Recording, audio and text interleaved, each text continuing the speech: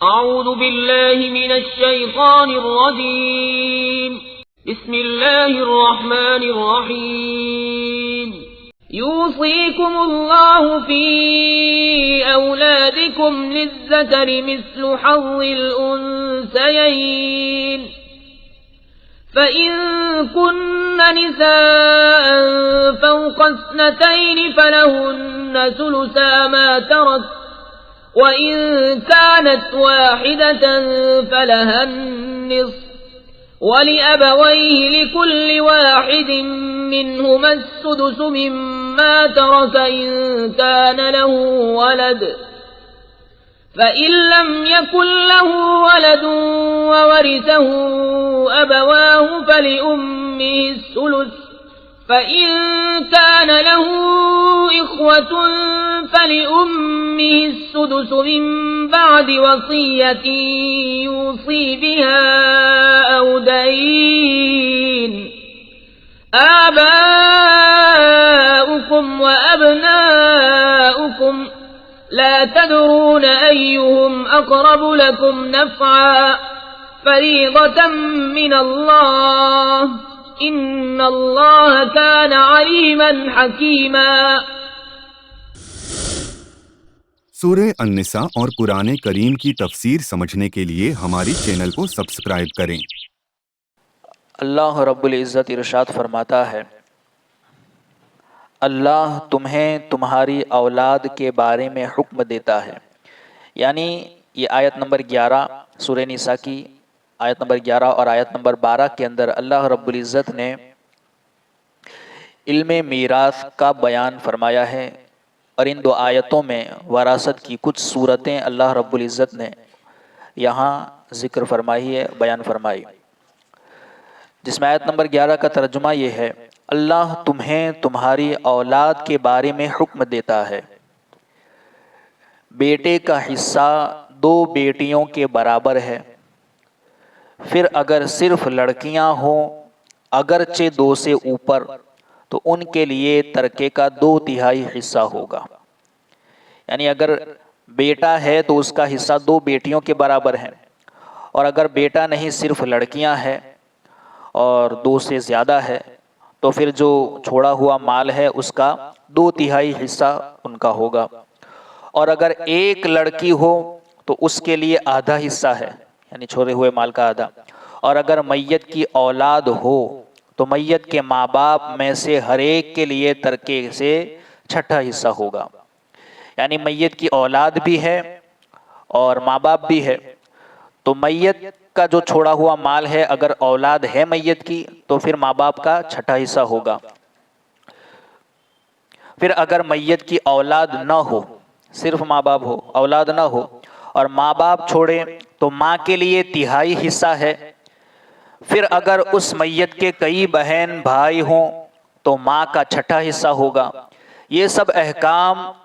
اس وصیت کو پورا کرنے کے بعد ہوں گے جو وہ فوت ہونے والا کر گیا ہے، یعنی کہ اس نے جو وصیتیں کی ہیں کہ میرا یہ مال فلاں دینی کام میں لگا دینا یا میرا فلاں قرضہ میرے مال میں سے ادا کر دینا، تو اس طریقے کی جتنی وصیتیں ہیں یہ وصیتیں پوری کرنے کے بعد اس جو بال بچے گا اس میں سے یہ حصہ نکلے گا، وصیتیں جو کی ہیں اس کو پورا کرنے کے بعد، اور اگر قرض کی ادائیگی کے بعد ہوں گے، یعنی کہ قرض کی ادائیگی بھی اس مال میں سے ہو جائے اس کے بعد، اور وصیت کی ہے جن جن کاموں کی وہ کام بھی کرنے کے بعد جو بچے گا اس مال میں سے یہ جو بتائی گئی صورتیں وہ ہوگی۔ تمہارے باپ اور تمہارے بیٹے تمہیں معلوم نہیں کہ ان میں کون تمہیں زیادہ نفع دے گا، یہ اللہ کی طرف سے مقرر کردہ حصہ ہے، بے شک اللہ بڑے علم والا حکمت والا ہے۔ وَلَكُمْ نِصْفُ مَا تَرَكَ أَزْوَاجُكُمْ إِن لَّمْ يَكُن لَّهُنَّ وَلَدٌ، فَإِن كَانَ لَهُنَّ وَلَدٌ فَلَكُمُ الرُّبُعُ مِمَّا تَرَكْنَ مِن بَعْدِ وَصِيَّةٍ يُوصِينَ بِهَا أَوْ دَيْنٍ، وَلَهُنَّ الرُّبُعُ مِمَّا تَرَكْتُمْ إِن لَّمْ يَكُن لَّكُمْ وَلَدٌ، فإن كان لكم ولد فلهن الثمن مما تركتم من بعد وصية توصون بها أو دين وإن كان رجل يورث كلالة أو امرأة وله أخ أو أخت فلكل واحد منهما السدس فإن كانوا أكثر من ذلك فهم شركاء في الثلث من بعد وصية يوصى بها أو دين غير مضار وصية من الله والله عليم حليم. اور تمہاری بیویاں جو مال چھوڑ جائیں اگر ان کی اولاد نہ ہو تو اس میں سے تمہارے لیے آدھا حصہ ہے. تمہاری بیویاں اگر مال چھوڑ جائیں اور ان کی اولاد نہ ہو تو اس میں سے تمہارے لیے آدھا حصہ ہے. پھر اگر ان کی اولاد ہو تو ان کے ترکہ میں سے تمہارے لیے چوتھائی حصہ ہے، اس مال کا چوتھا حصہ. یہ حصے اس وصیت کے بعد ہوں گے جو انہوں نے کی ہو. یعنی یہ بھی یہاں بھی وہی صورت کہ جو وصیتیں اس نے کی ہیں ان وصیتوں کو پورا کیا جائے گا پہلے، یا جو قرض اس کے ذمہ ہے اس قرض کو ادا کیا جائے گا. تو یہ ساری ادائیگی اور وصیتوں کو پورا کرنے کے بعد اگر اولاد ہے تو پھر آپ کے لیے، اولاد نہ ہو تو آدھا حصہ ہے، اولاد ہے تو چوتھا حصہ ہے. تو یہ حصے اس وصیت کے بعد ہوں گے جو انہوں نے کی ہو اور قرض کی ادائیگی کے بعد ہوں گے. اور اگر تمہارے اولاد نہ ہو تو تمہارے ترکہ میں سے عورتوں کے لیے چوتھائی حصہ ہے. پھر اگر تمہاری اولاد ہو تو ان کا تمہارے ترکہ میں سے 8واں حصہ ہے. یہ حصے اس وصیت کے بعد ہوں گے جو وصیت تم کر جاؤ اور قرض کی ادائیگی کے بعد ہوں گے. یعنی اس میں بھی اگر آپ کا جو مال ہے اس کے بارے میں کہا گیا اگر اولاد ہے تو پھر بیوی کا کتنا حصہ تمہاری ترکہ میں سے 8واں حصہ ہے. اور اگر اولاد نہ ہو تمہاری ترکہ میں سے عورتوں کے لیے چوتھائی حصہ ہے، اور اگر تمہارے اولاد ہو تو ان کے تمہارے ترکہ میں سے 8واں حصہ ہے. اور یہ حصے اس وقت ہوں گے جب جو وصیتیں کی ہیں وہ پوری کی جائے اور جو قرض باقی ہے اس کو ادا کرنے کے بعد. اور اگر کسی ایسے مرد یا عورت کا ترکہ تقسیم کیا جانا ہو جس نے ماں باپ اور اولاد میں سے کوئی نہ چھوڑا ہو، یعنی اگر کسی ایسے مرد یا کسی ایسی عورت کا ترکہ یعنی چھوڑا ہوا مال تقسیم کرنے کی بات ہو کہ جس نے نہ تو ماں باپ یعنی جس کے نہ تو ماں باپ ہے اور نہ ہی اولاد، صرف ماں کی طرف سے اس کا ایک بھائی یا ایک بہن ہو تو ان میں سے ہر ایک کے لیے چھٹا حصہ ہوگا. یعنی کہ ماں شریک بھائی یا بہن جو بھی ہے، ماں ایک ہے مگر باپ جدا جدا ہے. پھر اگر وہ ماں کی طرف والے بہن بھائی ایک سے زیادہ ہوں تو سب تہائی میں شریک ہوں گے. یہ دونوں صورتیں بھی میت کے اس وصیت اور قرض کی ادائیگی کے بعد ہوں گی جس وصیت میں اس نے ورثاء کو نقصان نہ پہنچایا ہو. یہ اللہ کی طرف سے حکم ہے اور اللہ بڑے علم والا اور بڑے حلم والا ہے. یہ 2 آیتوں کا ترجمہ ہے جس میں علم میراث کی بہت سی صورتوں کو بیان کیا گیا ہے. در حقیقت دیکھا جائے تو وراثت کے احکام بہت تفصیلی ہے اور اس کو بغیر مشق کیے یا کسی ماہر علم وراثت کا جو ماہر ہے اس کے پاس جا کر مشق کیے بغیر آپ کی سمجھ میں نہیں آ سکتی، کیونکہ ہر ایک کے لیے مسئلہ الگ بنتا ہے. مال کتنا چھوڑا ہے، اس کے ماں باپ ہے یا نہیں، اولاد ہے تو اولاد کیا کتنی ہے کیا ہے، اسی طرح اس اعتبار سے حصے متعین ہوتے ہیں. وراثت کے احکام کا تفصیل یعنی وراثت کے احکام میں کافی تفصیل ہے. انہیں جب تک باقاعدہ کسی کے پاس بیٹھ کر مشق کے ذریعے حل نہ کیا جائے تب تک سمجھنا مشکل ہے. یعنی اس میں بہت تفصیل ہے. جب تک باقاعدہ کسی کے پاس بیٹھ کر مشق کے ذریعے، ایسے بھی نہیں کہ صرف سن کر، بار بار ان صورتوں کو یاد کرنا پڑے گا، بار بار ان مسائل کو لکھنا پڑے گا، مشق کے ذریعے حل نہ کیا جائے تب تک سمجھنا مشکل ہے.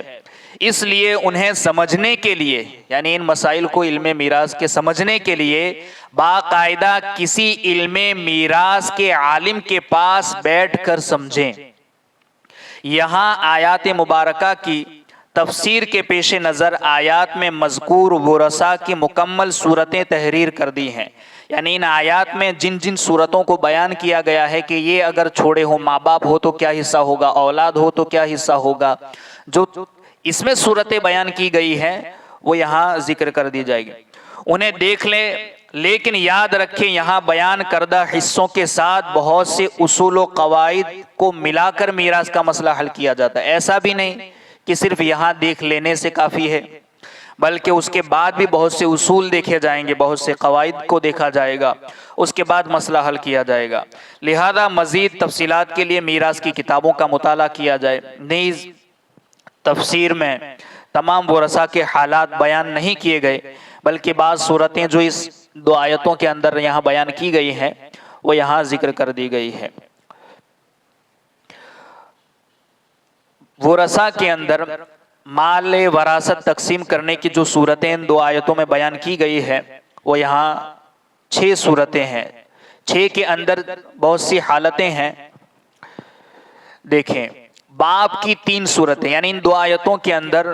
مجموعی طور پر جو باپ کی صورتیں بیان کی گئی کہ باپ کو کتنا ملے گا، کیا ملے گا، کس کے حصے سے ملے گا،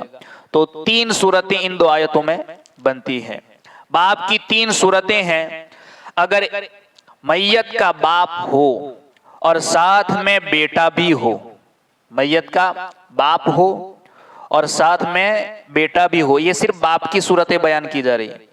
کہ میت کا اگر باپ ہو اور اس میت کا بیٹا بھی ہو تو باپ کو 1/6 ملے گا، یعنی کہ 1/6 حصہ ملے گا مال کا۔ دوسری صورت، اگر میت کا باپ ہو اور ساتھ میں بیٹا نہ ہو بلکہ صرف بیٹی ہو تو باپ کو 1/6 ملے گا بقیہ ورثاء کو دینے کے بعد، اگر کچھ بچ جائے تو وہ باپ کو بطور عصبہ ملے گا۔ یعنی یہ بھی سمجھنا پڑے گا کہ ذوی الفروض کون ہے، ذوی الارحام کون ہے، اسبا میں کون کون کب داخل ہوگا، یہ بہت تفصیلی احکام ہے اس کے۔ جب آپ کسی علم میراث کے ماہر کے پاس جا کر کے مسئلہ حل کرنے جائیں گے تبھی مشق کے ذریعے سمجھ میں آئے گا۔ یہاں جو مجموعی طور پر باپ کی حالتیں ہیں وہ 3 ہے۔ پہلی حالت یہ ہے کہ اگر میت کا باپ ہے اور میت کا ساتھ میں ایک بیٹا بھی ہے تو ایسی صورت میں باپ کو 1/6 یعنی کہ 1/6 حصہ ملے گا۔ دوسری صورت یہ بیان کی گئی کہ میت کا باپ ہے اور میت کا بیٹا نہیں ہے بلکہ بیٹی ہے، اس وقت بھی باپ کو 1/6 حصہ ملے گا، اور اس کے بعد جو ورثاء ہیں باقی ان کو تقسیم کرنے کے بعد جو مال بچے گا وہ باپ کو بطور عصبہ ملے گا۔ تیسری حالت، اگر میت کا باپ ہو اور ساتھ میں نہ کوئی بیٹا ہو اور نہ کوئی بیٹی ہو تو باپ کو بطور عصبہ کے ملے گا، یعنی جو کچھ بانٹنے کے بعد بچا ہوگا وہ بطور عصبہ باپ کو ملے گا۔ نہ تو بیٹا ہے نہ تو بیٹی ہے، اگر بیٹا ہے تو 1/6 حصہ، بیٹی ہے تب بھی 1/6 حصہ، اور بعد میں جو بچے گا بانٹنے کے بعد وہ بطور عصبہ باپ کو ملے گا۔ تو یہ باپ کی 3 حالتیں ہیں۔ دوسری صورت، ماں شریک بھائی کی 3 صورتیں ہیں، یعنی ایسا بھائی جو ماں شریک ہے، باپ جدا جدا ہے مگر ماں دونوں کی ایک ہے۔ اخیافی بھائی، اگر ایک ہو تو اخیافی بھائی کو 1/6 ملے یعنی کہ 1/6 حصہ ملے گا۔ اخیافی بھائی اگر 2 یا 2 سے زیادہ ہو، اخیافی بھائی یعنی کہ ماں شریک بھائی، اخیافی بھائی اگر 2 یا 2 سے زیادہ ہوں، خواہ بھائی ہو یا بہنیں ہو یا دونوں مل کر ہو تو انہیں 1/3 ملے گا، یعنی کہ تیسرا حصہ۔ تیسری صورت یہ ہے کہ باپ، دادا، بیٹا، بیٹی، پوتا، پوتی کے ہوتے ہوئے اخیافی بھائی محروم ہو جائے گا۔ میں نے کہا نا کہ ہر مسئلے کے لیے بہت سے اصول ہے، بہت سے قواعد ہے، وہ آپ جب کسی ماہر کے پاس جائیں گے تبھی وہ صورتیں سمجھ میں آئے گی، اس کو لکھنا پڑتا ہے، بغیر مشق کیے یہ حل نہیں ہوتے۔ تو اخیافی بھائی یعنی کہ ماں شریک بھائی، ماں ایک ہے مگر باپ دونوں کا جدا جدا ہے، تو ایسی بھائی کی کتنی صورتیں ہیں؟ 3، کہ اخیافی بھائی اگر ایک بھائی ہو تو اس کو 1/6 حصہ ملے گا، اور اگر 1 سے زیادہ یعنی 2 سے زیادہ یا بھائی ہو یا بہنیں ہوں دونوں مل کر ہوں تب بھی کیا ملے گا؟ 1/3 ملے گا۔ دوسری صورت میں تیسرا حصہ ملے گا، اور تیسری صورت یہ ہے کہ باپ دادا بیٹا بیٹی پوتا پوتی اگر ہیں میت کے تو پھر یہ جو اخیافی بھائی یا بہن ہے وہ محروم ہو جائیں گے۔ اسی طرح اخیافی بہن کے بھی یہی تین احوال ہیں، یعنی کہ یہ اخیافی بھائی کی تین صورتیں ہیں، یہی تین صورتیں اخیافی بہن کی بھی۔ اخیافی بہن یعنی کہ ماں شریک بہن۔ شوہر کی بھی تین صورتیں ہیں۔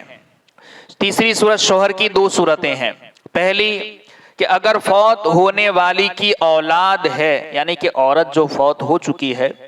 اس کی اگر اولاد ہے تو شوہر کو 1/4 یعنی کہ چوتھا حصہ ملے گا، اور اگر فوت ہونے والی کی اولاد نہیں تو شوہر کو 1/2 ملے گا، یعنی کہ دوسرا حصہ آدھا۔ سیدھی سی بات ہے کہ 1/2 ملے گا یعنی کہ آدھا ملے گا۔ یہ کتنی صورتیں ہوئی شوہر کی؟ دو صورتیں۔ فوت ہونے والی کی اگر اولاد ہے تو شوہر کو چوتھا حصہ ملے گا، فوت ہونے والی کی اگر اولاد نہیں ہے تو شوہر کو 1/2 یعنی کہ دوسرا حصہ ملے گا۔ نمبر 4، بیوی کی بھی دو صورتیں ہیں۔ شوہر کی دو صورتیں ہیں، بیوی کی بھی دو صورتیں ہیں۔ اگر فوت ہونے والے کی اولاد ہے تو بیوی کو 1/8 یعنی کہ 8واں حصہ ملے گا۔ ایک کو 8 حصوں میں تقسیم کیا جائے تو جو حصہ ایک ہے یعنی کہ 8واں حصہ ہے وہ بیوی کو ملے گا۔ اور اگر فوت ہونے والے کی اولاد نہیں ہے تو بیوی کو 1/4 یعنی کہ چوتھا حصہ ملے گا۔ بات سمجھ میں آ رہی ہے؟ یہ صرف صورتیں ہیں، ایسا نہیں یعنی کہ ہر ایک کے لیے پھر مسئلہ الگ الگ بنے گا اور وہ آپ کو کسی علم میراث کے ماہر کے پاس جا کر کے لکھوانا پڑے گا کہ کس کی مال کتنا ہے، اور مال ہے تو پھر اس میں اولاد ہے تو کتنی ہے، بیٹیاں ہیں تو کتنی ہیں، ماں باپ ہے تو کتنے ہیں، ماں باپ ہے دادا دادی ہے، ماں باپ نہیں تو دادا ہے، دادا نہیں تو دادی، یعنی کہ پھر اوپر تک۔ اسی طریقے سے بھائی بہن کتنے ہیں، یہ ساری صورتیں ہوتی ہیں کہ کس کے ہونے کو کون ہے اور کون محروم ہو جائے گا کس کے ہونے سے، اور نہیں ہونے سے کس کو ملے گا۔ یہ ساری صورتیں بعد میں آپ کو پتہ چلے گی جب آپ کسی علم میراث کے ماہر کے پاس جا کر کے وراثت کا مسئلہ حل کرنے کے لیے جائیں گے، اس کو لکھنے کے بعد ہی سمجھ میں آئے گا۔ یہ تو قرآن کے اندر جو صورتیں بتائی گئی، باپ کی کتنی صورتیں ہیں تو بتایا کہ 3 صورتیں ہیں۔ ماں شریک بھائی کی کتنی صورتیں ہیں، اخیافی بھائی، تو کہا کہ اس کی بھی 3 صورتیں ہیں۔ شوہر کی 2 صورتیں ہیں، بیوی کی بھی 2 صورتیں ہیں، اور بیٹی کی 3 صورتیں ہیں کہ اگر بیٹی ایک ہو تو 1/2 یعنی کہ آدھا مال ملے گا، اور اگر 2 یا 2 سے زیادہ ہو تو پھر ان کو 2/3 ملے گا، 2/3 ملے گا۔ اور اگر بیٹیوں کے ساتھ بیٹا بھی ہو تو بیٹیاں عصبہ بن جائیں گی اور لڑکے کو لڑکی سے 2 گنا دیا جائے گا، یعنی بیٹا بھی ہے بیٹیاں بھی ہے تو بیٹیاں عصبہ بھی بنے گی اور بیٹے کو لڑکیوں سے 2 گنا ملے گا۔ اگر بیٹیوں کے ساتھ بیٹا بھی ہو تو بیٹیاں عصبہ بن جائیں گی اور لڑکے کو لڑکی سے 2 گنا دیا جائے گا، یعنی جتنا لڑکی کا ہے اس سے 2 گنا لڑکے کو ملے گا۔ ماں کی 3 صورتیں ہیں۔ پہلے نمبر پر باپ کی 3 صورتیں تھی، پھر اخیافی بھائی کی صورتیں ہوئی، پھر شوہر کی 2 صورتیں سنی، پھر بیوی کی 2 صورتیں سنی، بیٹی کی 3 صورتیں سنی۔ اب رہی ماں کی بھی 3 صورتیں ہیں کہ اگر میت کا بیٹا بیٹی پوتا پوتی یا کسی بھی قسم کے 2 بہن بھائی ہوں تو ماں کو کل مال کا 1/6 یعنی کہ چھٹا حصہ ملے گا۔ کب؟ کہ میت کا بیٹا بیٹی پوتا پوتی یا کسی بھی قسم کے 2 بہن بھائی ہوں تو میت کی ماں کو کل مال کا چھٹا حصہ ملے گا۔ اور اگر میت کا بیٹا بیٹی پوتا پوتی کوئی نہ ہو اور بہن بھائیوں میں سے 2 افراد نہ ہو، خواہ ایک ہو تو ماں کو کل مال کا 1/3 ملے گا، یعنی کہ تیسرا حصہ ملے گا اگر کوئی نہ ہو تو، اور اگر ہو تو چھٹا حصہ۔ اور اگر میت نے بیوی اور ماں باپ یا شوہر اور ماں باپ چھوڑے ہوں تو بیوی یا شوہر کو اس کا حصہ دینے کے بعد جو مال باقی بچے اس کا 1/3 ماں کو دیا جائے گا۔ یہ ماں کی تیسری صورت کیسی ہے کہ اگر میت نے بیوی، ماں باپ یا شوہر اور ماں باپ چھوڑے ہوں، بیوی چھوڑی ہو اور ماں باپ چھوڑے ہوں، یا شوہر چھوڑا ہو اور ماں باپ چھوڑے ہوں، تو بیوی یا شوہر کو اس حصہ دینے کے بعد جو مال باقی بچے گا اس کا 1/3 ماں کو دیا جائے گا، یعنی کہ تیسرا حصہ۔ اس کے علاوہ 2 اہم اصول بھی سن لے۔ یہ تو صورتیں ہیں جو ان 2 آیتوں کے اندر ماں کی، باپ کی، بیٹی کی اور اخیافی بھائی کی جو بیان کی گئی ہیں اس کا تفصیلاً ذکر کر دیا گیا، مگر علم میراث کے 2 اہم قاعدے بھی یاد رکھنے چاہیے کہ بیٹے کو بیٹی سے 2 گنا ملتا ہے، بیٹے کو بیٹی سے 2 گنا ملتا ہے، اور جہاں بھائی عصبہ بنتے ہوں وہاں انہیں بہنوں سے 2 گنا ملتا ہے، اور اگر کئی جگہ بہنیں بھی عصبہ بن جاتی ہیں اور اصحاب فرائض کو دینے کے بعد بقیہ سارا مال لے لیتی ہیں، یعنی کہ جہاں بیٹیاں عصبہ بنتی ہیں، یہ کب بنتی ہیں، کب داخل ہوں گی، یہ ساری چیزیں آپ کو تفصیلاً اسی وقت پتہ چلے گی جب آپ کسی کے پاس جاؤ گے۔ بقیہ سارا مال جو بچے گا اصحاب فرائض کو دینے کے بعد، یعنی کہ جن کے حصے قرآن نے متعین کیے ہیں ان کو دینے کے بعد جو بچے گا وہ سارا مال بیٹیاں جب عصبہ بنے گی وہ لے لیتی ہیں۔ دوسرا اصول یہ ہے کہ ایک اور اہم قاعدہ ہے کہ قریبی کے ہوتے ہوئے دور والا محروم ہو جاتا ہے، یعنی علم میراث کا قاعدہ یہ ہے کہ جب تک کوئی قریبی ہے تو قریبی موجود ہو تو پھر دور والا محروم ہو جاتا ہے۔ کیسے؟ جیسے کہ بیٹے کے ہوتے ہوئے پوتا، بیٹا قریبی ہے میت کا اور پوتا تو ایک واسطے سے ہے، بیٹے کا بیٹا ہے نا، تو پوتا جو ہے دور کا ہے، بیٹا قریبی ہے، تو قریبی کے ہوتے ہوئے پوتا محروم ہو گیا، بیٹا ہے تو پھر پوتا محروم۔ قاعدہ کیا ہے کہ دور والا محروم ہو جاتا ہے قریبی کے ہوتے ہوئے، جیسے بیٹے کے ہوتے ہوئے پوتا، باپ کے ہوتے ہوئے دادا، بھائی کے ہوتے ہوئے بھائی کی اولاد وغیرہ۔ یعنی بات سمجھ میں آ رہی ہے؟ بھائی ہے جو قریبی ہے میت کا، مگر بھائی کی اولاد یہ دور کی ہو گئی، ایک واسطے سے اس کا رشتہ ہے، بھائی کی اولاد ہے۔ اسی طرح کے باپ قریبی ہے مگر دادا یہ دور کا رشتہ ہے کہ باپ کے باپ کو دادا کہتے ہیں نا، تو دور والا قریبی کے ہوتے ہوئے محروم ہو جاتا ہے۔ یہ علم میراث کا ایک اہم قاعدہ یہ بھی ہے۔ انشاءاللہ پھر جب وقتاً فوقتاً اس کے مسائل آئیں گے تو ہم سمجھتے رہیں گے، مگر آپ اگر تفصیلاً جاننا چاہے، ہر کسی کو یہ مسائل سمجھ میں نہیں آتے، اس کو مشق کرنا پڑتا ہے، لکھنا پڑتا ہے، حالتیں الگ الگ ہوتی ہیں، جدا جدا بنتی ہیں، صورتیں کب کیا بنتی ہیں، یہ ساری آپ باتیں اسی وقت سمجھ سکتے ہیں جب آپ کسی علم میراث کے ماہر عالم دین کے پاس جا کر کے اس کو سیکھنا چاہے، تبھی آپ کو سمجھ میں آ سکتے ہیں۔ ورنہ اللہ رب العزت کی بارگاہ میں دعا ہے کہ کہیں سنی باتوں پر ہم سب کو عمل کی توفیق عطا فرمائے۔ اللہم ربنا نور قلوبنا بالقرآن وزین اخلاقنا بالقرآن ونجنا من النار بالقرآن وادخلنا فی الجنة بالقرآن۔ اللہم ارزقنا تلاوت القرآن، اللہم اہدنا ہدایت القرآن، اللہم ربنا آتنا شفاعت القرآن، وصلی اللہ تعالی علی خیر خلقہ ونور عرشہ محمد وعلی آلہ واصحابہ اجمعین برحمتک یا ارحم الراحمین۔ بہت پیچیدہ مسائل ہے اس کے۔ کبھی کبھی میت نے ایسی وصیت کر دی کہ میرا پورا مال راہ خدا میں دے دیا جائے تو اس کو قبول کیا جائے گا یا نہیں کیا جائے گا، کتنا دیا جائے گا، ورثہ میں کون کون ہے اس اعتبار سے تقسیم ہوگا، کب تقسیم ہوگا، تو بھائی وصیت جتنی کی ہے وہ وصیت پوری کرنے کے بعد، قرضہ ہے تو قرضہ ادا کرنے کے بعد، وارثوں میں کون کون ہے، ماں باپ ہے، اولاد ہے، بیوی ہے، تو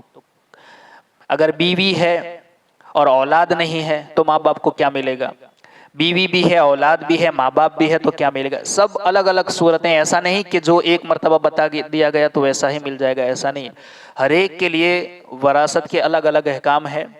وہ آپ جب تقسیم کا مسئلہ ہو تو آپ جائیں کسی مفتی کے ساتھ جو اس کے جاننے والے ہیں مفتی صاحب کے پاس، اور پھر وہاں لکھیں، مشق کرنی پڑتی ہیں، اور اس کے بعد پھر مسائل حل ہوتے ہیں، اس کے بعد حصے متعین کیے جاتے ہیں۔ ورنہ عینی بھائی کسے کہتے ہیں، اخیافی بھائی کسے کہتے ہیں، علاتی بھائی کسے کہتے ہیں، اخیافی بھائی معاشرک جو ہو، یعنی کہ ماں ایک ہو مگر باپ جدا جدا ہو، علاتی جن کا باپ ایک ہو مگر ماں دونوں کی جدا جدا ہو، عینی یعنی ماں باپ دونوں کا ایک ہی ہو، تو یہ ساری صورتیں آپ کو جب مسائل سمجھنے کے لیے جاؤ گے یا مسئلہ جب پیش آئے تب آپ کو سمجھ میں آ سکتا ہے، ورنہ بیٹھ کر کے یہاں اگر کوئی سمجھنا چاہے تو یہ ممکن